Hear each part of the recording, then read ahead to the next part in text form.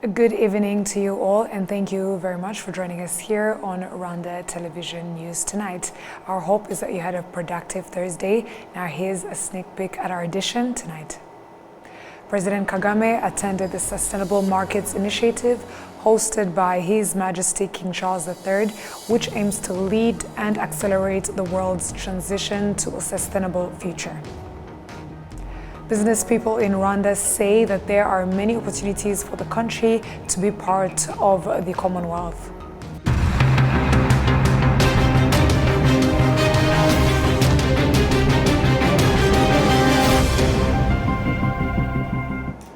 We are glad to have your company tonight, coming to you straight from the heart of Africa, Kigali, and I bringing you the news is Martina Abera.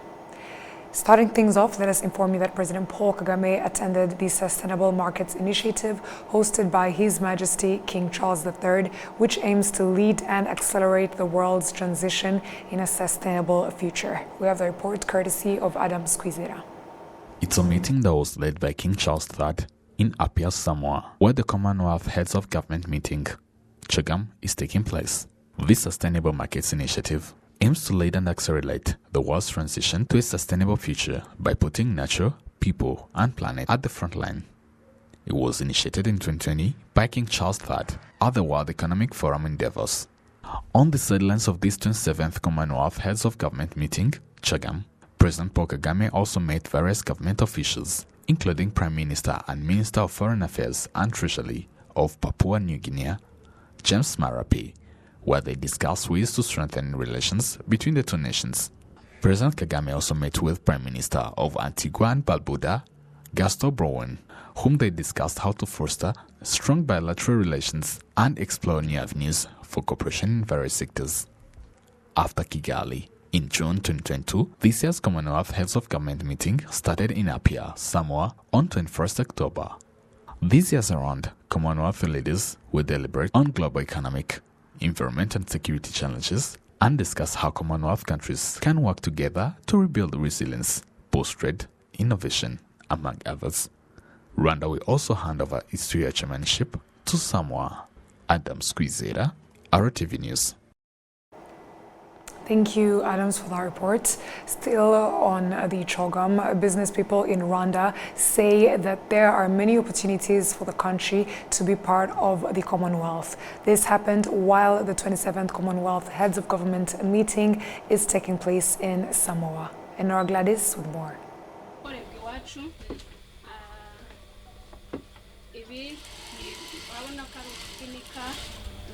The private sector and business people in different sectors say that the fact that Rwanda is a member of the Commonwealth gives them the opportunity to promote what they do in those countries and even produce for them.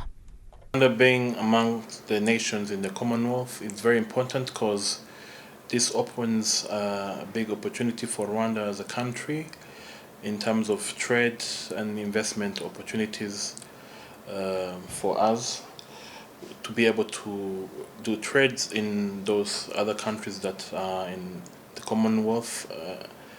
It also promotes import and exports to those countries. For us being a hotel, it gives us opportunities to be able to network with other people from those different countries, to learn about those other countries, the investment opportunities that are there, and maybe in the future for us, a hotel, maybe we can even expand to one of those Commonwealth countries, or even them coming to Rwanda, learning about Rwanda and bringing their investment to Rwanda. So it really helps in that trade between the nations that are found in the Commonwealth member states. Business people who produce locally products say that it allows them to meet foreigners and promote their activities and experience doing business at the international level. There is a lot of opportunities because Rwanda is well known since it is a member of Commonwealth, and a lot of people from different countries come to buy our products, which increase our income and we get connections, which is a big profit to us. Some foreigners from different countries say that there is a lot of opportunities when countries are in the same organization, such as Commonwealth. If maybe you look into the international trades and economy, maybe it's easier if countries are members of a certain group, so that everything is made easier for them. The trade laws, the customs laws, the entering and leaving countries, immigration. The spokesperson of the private sector, Walter Hunde, says that the fact that Rwanda is a member of Commonwealth is a great opportunity for the private sector. These organizations help us to get opportunities for business people. When we use agreements made between countries, we find that there are some agreements made to benefit the private sector, and that is where business people benefit from the country being in Commonwealth. Facilitating trade activities and removing barriers to trade is one of the topics being discussed about this week at the Commonwealth Heads of Government meeting taking place in Samoa. Enora Gladys, RwandaTV News. The Rwanda Environment Management Authority reports that every year at least 10 companies are suspended to address environmental violations. This is particularly common in mining activities, where nearby residents report that these operations sometimes damage their homes or destroy their farms. Before companies start mining activities, they are required to present environmental impact assessments. Some companies conduct self-assessments to evaluate their compliance, although progress in this area can be slow. However, stakeholders in the mining sector acknowledge the importance of environmental protection. There's a lot of tailings that have gone into the rivers. Fortunately, they're not impacting the river downstream negatively, but we want to make sure the rivers are clean and they can flow. There are also some aspects of noise from our operations, not affecting the communities, but affecting our own people, that we need to eliminate. And there we do water monitoring. At a number of areas we put water monitoring in place, and there's some small traces of water issues, but not really impacting anything negatively. So we're quite optimistic in terms of the results that have come from the assessments. The Indian business community in Rwanda is happy to have invested in the country, noting that there are many opportunities to exploit for development. This comes as a delegation from India is here in the country, meeting with their Rwandan counterparts to discuss opportunities of mutual interest. Indian investors here in Rwanda don't always inject funds with just the country in mind, but the broader region as well. You know, starting in Rwanda is basically the vision and the leadership of the country. And especially, you know, what we see is they are really welcoming, and especially for the industries, for the manufacturing aspect. And this is not our first industry in Rwanda. We have another entity which is called Imana Steels. That is also our part of the same group. So we are present in few of the East African countries. So for us, you know, we wanted to make it as a hub for this. We start from Rwanda and we export from here as well. But definitely Rwanda being our main manufacturing country, we would like to first cover up the whole country as a whole. We serve the country and then we export to all the regions, you know, the nearby countries. The Rwanda-India Business Forum is taking place to give an opportunity to the business communities of both countries to discuss opportunities of mutual interest. And we are visiting Rwanda, a beautiful country in Africa, simply because we see a lot of opportunities in Rwanda, and we see a lot of opportunities with the trade counterparts, with the industries, where Indian businessmen can come set up industries and do a lot of business together and develop Rwanda as well as India, as well as the trade relations between the two countries. Today, an important development happened, which is an MOU was signed between CII and PSF today. So the idea is to use, or let's say, have the private sectors of both the countries cooperate together. And there's so much of opportunity, in India and Rwanda for business.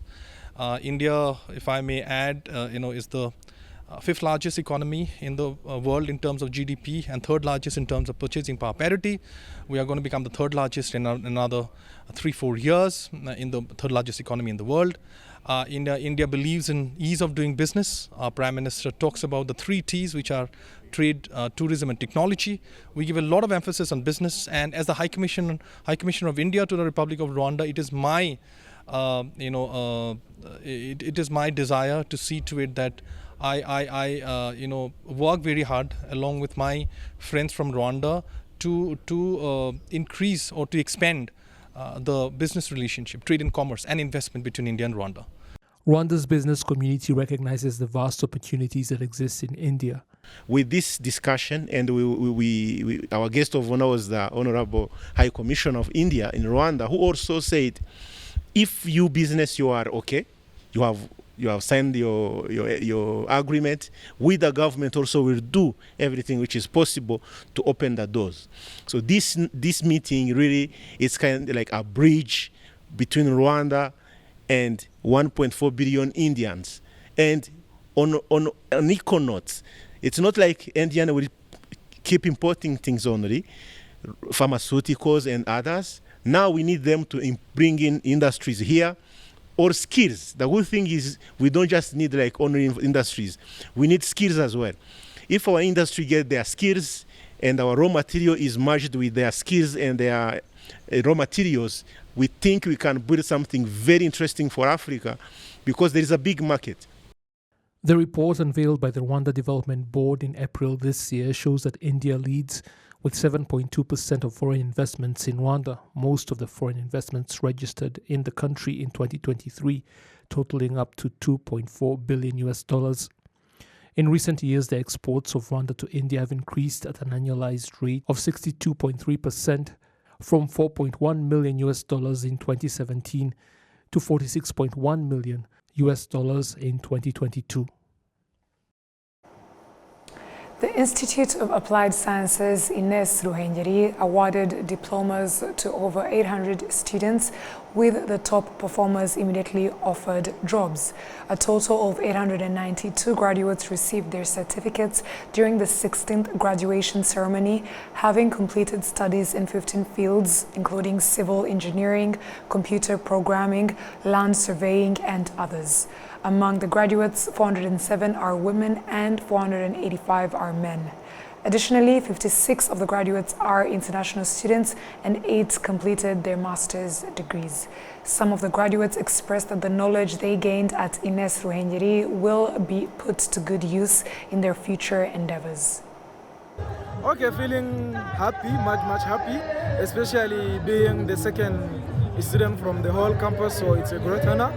And as well, even though international or national is the same, as Africa is the one who is winning. Together, we can do more, and our bond is our strength. Yeah, Rwanda actually is a good place. That's why I have chose to come and continue the education. If not, I cannot choose. And as I said, even in the speech, by the will and grace of the country leaders, the place is much secure, and even advertising for people to come, especially in the side of education, and even as Ines Ruhengeri is offering a good option and a good policy so that many students can come and study, especially in the side of applied science.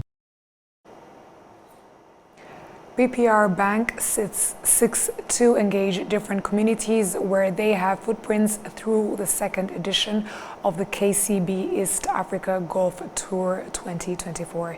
This two-day golf challenge will begin tomorrow until Saturday. William Evans Mutabazi and Francine Mutesi have the report. The second edition of KCB East African Golf Tour has attracted more than 250 golfers from across all East African countries and beyond. The captain of Kigali Golf Club says that as a sport, golf has reached a good level in Rwanda, and having BPR Bank on board brings quality to the game. First of all, I would like to appreciate KCB/BPR for bringing this tour to Rwanda. A few years ago, golf was a very unknown game in Rwanda. We have reached now at a point where we have started partnering with different corporate companies, and having BPR on board brings quality to the game. Through this COF challenge, BPL Bank seeks to use sports to impact Rwandan communities, but also to encourage more Rwandans to join sports. I think for us, sports is a big part of our agenda. We launched our brand purpose last year, for people for better. So going beyond our normal business, we decided that sports was also a good way to reach the communities. I think we shall see our investment going down to the communities. And hopefully, like I said, we want to be bigger in this tournament next year, and with a much bigger investment. So the hope for the bank is that we are present here as a partner to golf, but we also want to see more people, more Rwandans involved, and hopefully we'll see that coming out in this tournament. Rwanda has one of the best facilities on the continent, according to Kigali Golf Resort and Villas director, and the facility is ready to make golf a legacy, especially for the young generation. Now we are very proud to host this kind of event with the support of BPR Rwanda. Now we have one of the best facilities in the continent. This is something we need to appreciate. The vision of our leadership, we expect BPR to stick next to us to make this game of golf a legacy for our new generation. This regional tour has so far happened in Kenya, Tanzania and Burundi, and will also happen in Uganda. 4 winners will represent Rwanda in Nairobi for the grand finale at the end of the challenge. William Evans, Mutabazi, RTV News. Business Professionals Network, BPN, in collaboration with the Ministry of Public Service and Labor, has launched an initiative to connect youth seeking employment with microfinance institutions aimed at helping them find jobs. Saula Sandra Tumukunde with more.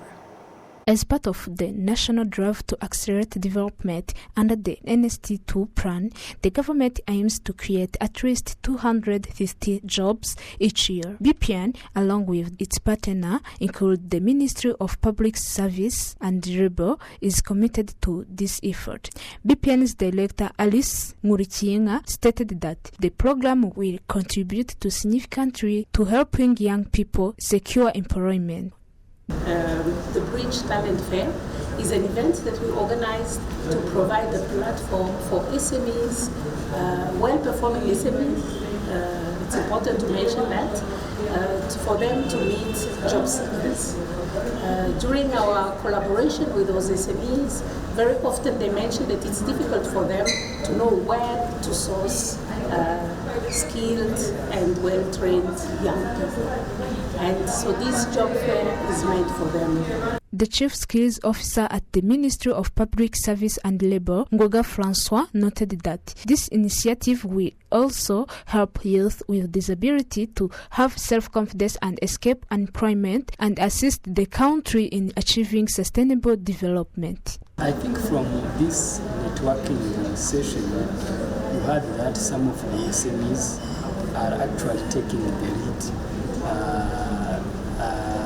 to have inclusion as part of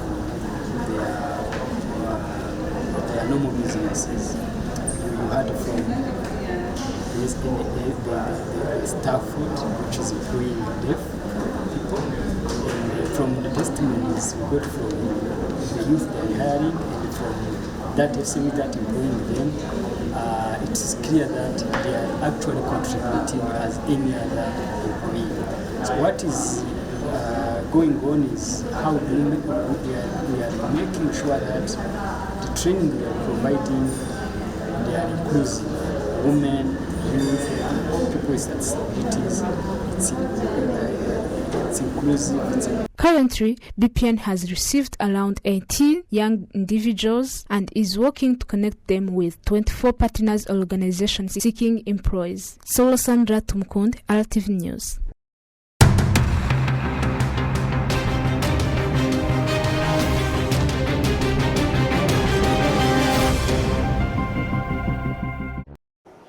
Once again, on behalf of the news production team as well as the technical team, we would like to thank you for sticking with us on RTV News. My name is Martina Abera. Stay safe and have a great night.